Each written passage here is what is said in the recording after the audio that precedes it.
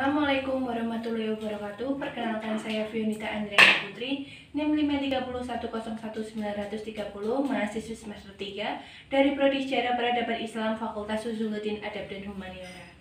Di sini saya akan memenuhi tugas UTS dari mata kuliah Sejarah Peradaban Islam Modern. Saya mengambil materi yang kelima yang berjudul Pembaharuan Islam di Arab Saudi. Slide berikutnya adalah penjelasan dari saya. Hijaz adalah negeri kelahiran Islam dan sering disebut sebagai pusat keagamaan Islam. Dua kota suci umat Islam yang sangat terkenal dan bersejarah, yaitu Mekah dan Madinah. Madinah juga terletak di sana. Makkah sendiri adalah kota kelahiran Nabi Muhammad dan kota tempat Nabi pertama kali menerima wahyu dan mendakwahkan ajaran-ajaran agama Islam. Di kota ini terletak Ka'bah, kiblat salat umat Islam. Di kota ini, umat Islam datang setiap tahun untuk menunaikan ibadah haji, rukun Islam yang kelima. Setelah berpindahnya kekuasaan politik dari Al-Khulafa Al-Rasyidun dan ke tangan Bani Umayyah, negeri ini tidak pernah lagi menjadi pusat kekuasaan politik Islam. Semenjak itu, Hijaz secara berangsur-angsur tenggelam dan tidak memainkan peran signifikan lagi dalam sejarah. Bersama dengan penaklukan-penaklukan yang dilakukan oleh kaum muslim awal, banyak penduduk dari Arab terutama Hijaz melakukan imigrasi dan menetap di daerah-daerah yang ditaklukkan. Islam pertama itu dengan cepat merosot dan nampak terlupakan hampir seluruh wilayah Arab. Sejak itu berada di bawah kekuasaan politik non-Arab. Setelah Imperium Turki Utsmani menguasai negeri-negeri Arab di awal abad ke-16 Masehi, Mesir dan daerah Arab berubah menjadi provisional bagian dan Imperium Utsmani. Hal yang demikian berlangsung sampai awal abad ke-20 Masehi, namun di beberapa wilayah pinggiran kekuatan politik bangsa Arab masih bertahan, tetapi hanya dalam batas-batas wilayah yang sempit, bahkan diantaranya hanya dalam bentuk keamiran. Sejak bangkitnya gerakan Wahabi yang bersekutu dengan keluarga Saudi itu, Jazirah Arab terutama daerah Hijaz menjadi ajang perebutan pengaruh yang melibatkan banyak pihak. Secara alamiah, penguasa Turki Utsmani terdorong untuk melakukan suatu reaksi, dan Sultan memerintahkan Gubernur Mesir Muhammad Ali Pasha untuk menghadapi orang-orang Wahabi.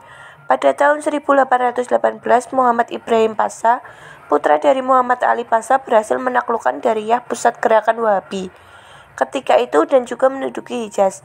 Orang-orang Turki kemudian didatangkan ke Hijaz untuk mengamankan kepentingan politik kerajaan Turki. Sementara di Najd, Turki Utsmani mendukung penguasa lokal, keluarga Rasidiyah yang menjadi musuh keluarga Saudi. Namun, justru setelah itu Muhammad Ali Pasha, gubernur Mesir, merasa besar dan siap bersaing melawan Sultan Turki Utsmani di Istanbul. Banyak kesamaan antara perkembangan satu daerah Arab dengan Arab lainnya pada tahun 1800 Masehi sampai dengan 1925 Masehi. Hampir seluruhnya mengadakan pemberontakan terhadap kekuasaan Turki Utsmani, dan hampir seluruhnya pula dapat dipadamkan meskipun akhirnya jatuh ke dalam kekuasaan Barat. Namun, perkembangan yang terjadi di Jazirah Arab, terutama Hijaz, dapat dikatakan unik. Di sini pergolakan politik yang terpenting, gerakan dinasti Saudi berkaitan sangat erat dengan munculnya suatu gerakan reformasis yang mendahulunya yang dikenal dengan gerakan Wahabi. Bahkan dalam perkembangan selanjutnya keduanya tidak dapat dipisahkan. 17 Dengan demikian, pergolakan politik di Jazirah Arab termasuk Hijaz, di samping merupakan perebutan kekuasaan, juga dikatakan sebagai gambaran persaingan antara paham keagamaan lama dengan paham yang baru. Ulama dan lembaga-lembaga keagamaan lama tidak bersedia menanggung resiko kehilangan pengaruh bila dinasti Saudi memperoleh kemenangan. Dalam perebutan kekuasaan ini, akhirnya dinasti Saudi yang menganut paham Wahabi memang memperolehkan kemenangan dan bahkan menetapkan paham itu sebagai paham negara. Yang pertama adalah Kerajaan Arab Saudi modern dan kontribusi Muhammad Abd al-Wahhab. Salah satu gerakan pembaruan terbesar yang lahir pada fase kedua ini adalah gerakan Salafi Wahabi yang diperoleh oleh Muhammad Abdul al-Wahhab di Najd. Gerakan ini memiliki pengaruh signifikan terhadap gerakan purifikasi akidah di kerajaan Arab Saudi modern, baik pada periode pertama maupun pada periode kedua setelah serangan terhadap Hijaz oleh Gubernur Muhammad Ali Pasha di Mesir. Fakta tersebut dilandasi paling tidak karena dua alasan.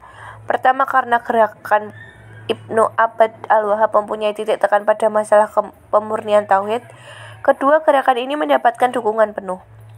Kekuasaan sebagai sarana untuk menyebarkan paham keagamaan memang merupakan sebuah kelaziman dalam tradisi politik Islam. Relasi antara umat dan ulama seperti ini sangat mudah dan sering sekali terjalin karena melalui relasi tersebut, politik dan agama bisa saling mendapatkan keuntungan. Karena itu, kehadiran paham keagamaan seringkali terjadi sumber inspirasi bagi terbentuknya sebuah institusi politik seperti dalam kasus berdirinya Kerajaan Arab Saudi modern. Salah satu contoh nyata pada tahun 1802 Masehi, dengan dukungan penuh dari dinasti Su'ud, kelompok Wahabi menyerang Karbala, kota di mana terdapat kuburan Husyab Ali bin Abi Thalib yang sangat dipuja oleh golongan Syiah. Beberapa tahun kemudian, mereka menyerang kota Madinah. Kubah yang ada di atas kuburan-kuburan di sana mereka hancurkan. Hiasan-hiasan yang ada di makam Nabi juga dirusak. Dari Madinah, mereka teruskan penyerangan ke Makkah. Kiswah sutra yang menutup Ka'bah juga dirusak. Bahkan banyak yang meyakini bahwa mereka juga membunuh banyak umat Islam yang menghalangi perjuangan mereka yang dalam kacamata ajaran Wahabi telah masuk dalam golongan orang-orang kafir. Yang boleh dibunuh, ini semua mereka lakukan demi memberantas hal-hal yang mereka yakni sebagai bidah dan sumber kemusyrikan.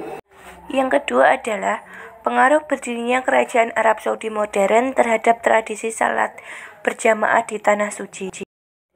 Akar permasalahan yang mengakibatkan terbentuknya makhamat salat di Masjidil Haram dan Masjid Nabawi memang tidak dapat dilepaskan dengan situasi politik aliran pada saat itu.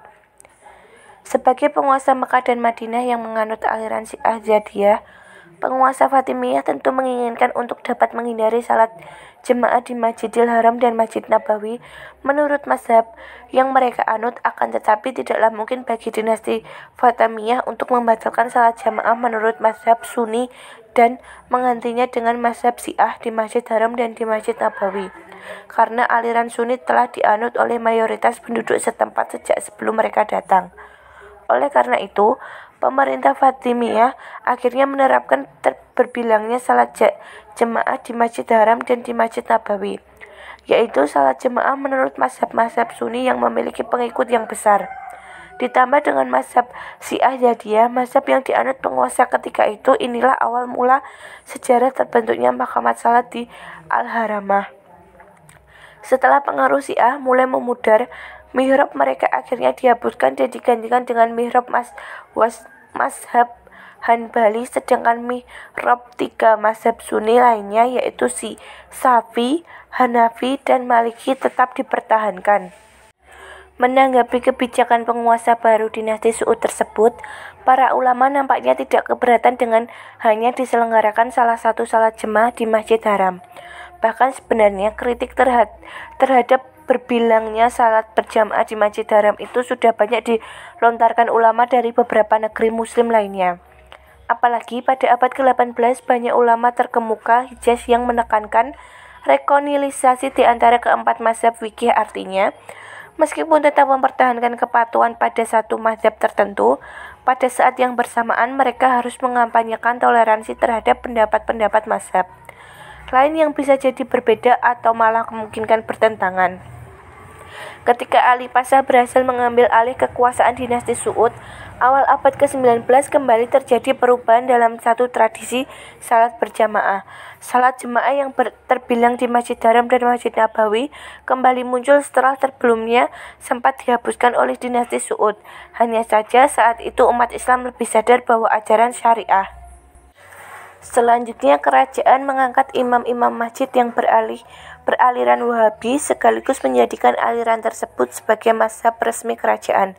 Seluruh kegiatan dakwah dan keagamaan juga diatur oleh kerajaan, di bawah badan tertentu yang ditunjuk raja untuk mengatur kegiatan keberagaman penduduknya.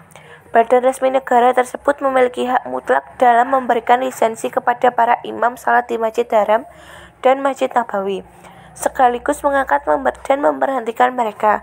Selain itu, kerajaan juga mengontrol secara ketat materi-materi khutbah salat Jumat di Haramian dan masjid-masjid lain di Arab Saudi agar sesuai dengan ajaran Wahabi serta tidak membahayakan kepentingan politik penguasa. Yang ketiga adalah pengaruh politik Hijaz terhadap perkembangan lembaga pendidikan Islam. Kutab sendiri adalah tempat proses belajar mengajar yang bisa berlangsung di masjid-masjid atau di rumah seorang yang dianggap lebih terpelajar untuk kemudian mereka mengajarkan ilmu, dengan harapan mendapat pahala dari Allah untuk sedikit imbalan berupa harta, benda, dan para dermawan yang memiliki perhatian dalam perkembangan pendidikan Islam di Hijaz. Sedangkan Ali Ta'lim Al-Ali adalah proses belajar mengajar bagi orang yang ingin melanjutkan studinya setelah menanamkan proses belajar mengajar di kutab. Al-Ta'lim Al-Ali ini biasanya berlangsung di Masjid Haram dan Masjid Nabawi di kota Madinah yang dapat dipandang sebagai perguruan tinggi di Mesir. Di beberapa halaqah ilmiah Masjidil Haram dan Masjidil Nabawi diberikan pelajaran yang lebih tinggi, yaitu ilmu-ilmu keagamaan Islam, bahasa Arab, tarik, dan tarijim. Pada akhir abad ke-18, kehidupan tarekat di Hijaz berjalan di antara dua persimpangan, yaitu antara yang cenderung kepada ortodoksi sebagai pengaruh dari ajaran Ibn Taymiyah maupun yang cenderung kepada tasawuf populer. Proses ini terjadi selama 1 dekade, yaitu ketika Hijaz berada di bawah kekuatan politik dinasti Su'ud. Saat itu perkembangan syariah diinterpretasi penuh oleh negara dengan kekuatan politik. Pandangan dinasti Su'ud dalam bidang tasawuf dan syariah oleh Fazlur Rahman digolongkan sebagai golongan ortodoksi paling kanan yang identik dengan kelompok Al-Hadid. Golongan ini sangat curiga dan antipati terhadap tasawuf. Catatan akhir. Dari kacamata soal keagamaan, paling tidak ada 4 tradisi keagamaan yang ikut terpengaruh akibat dari dinamika politik semenanjung Arab tersebut, yaitu pertama dalam bidang pemurnian tauhid, kedua tradisi pelaksanaan salat berjamaah di Tanah Suci, ketiga perkembangan pendidikan, dan keempat hubungan antara syariah dan tasawuf. Dengan berdirinya kerajaan Saudi modern, Hijaz kembali dibersihkan dari praktik-praktik takhayul, khurafat, tarekat populer, dan tradisi keagamaan. Penduduk yang menurut mereka telah menyimpang dari ajaran agama yang benar, sebagaimana pada masa dinasti Su'ud I, gerakan purifikasi syariah dan ini melibatkan intervensi langsung dari pemerintah Arab Saudi. Kerajaan mengontrol dengan ketat seluruh aktivitas keagamaan penduduknya agar tetap sejalan dengan pandangan Wahabi.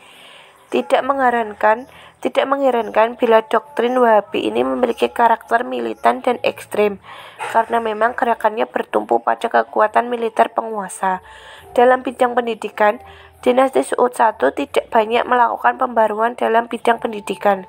Pada awal kerajaan Arab Saudi modern, Ibnu Said sudah mulai mengirimkan beberapa pandangan pemudanya ke luar negeri untuk belajar ilmu-ilmu modern, walaupun kebijakan ini tidak ditunjang dengan lembaga-lembaga pendidikan modern bagi warga Arab Saudi sendiri, yang mayoritas masih buta dengan aksara.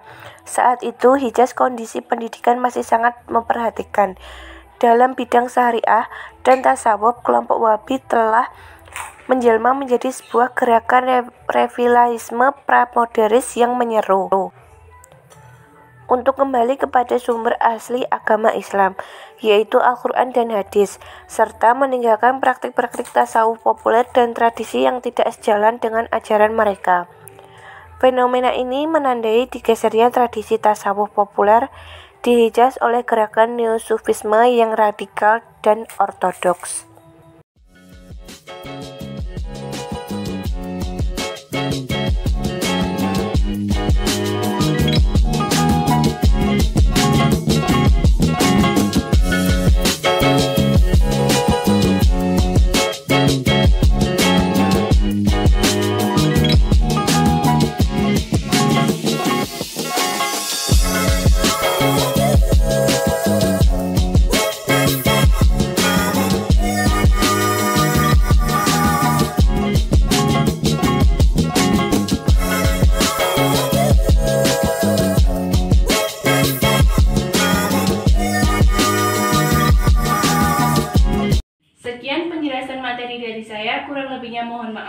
Wassalamualaikum warahmatullahi wabarakatuh.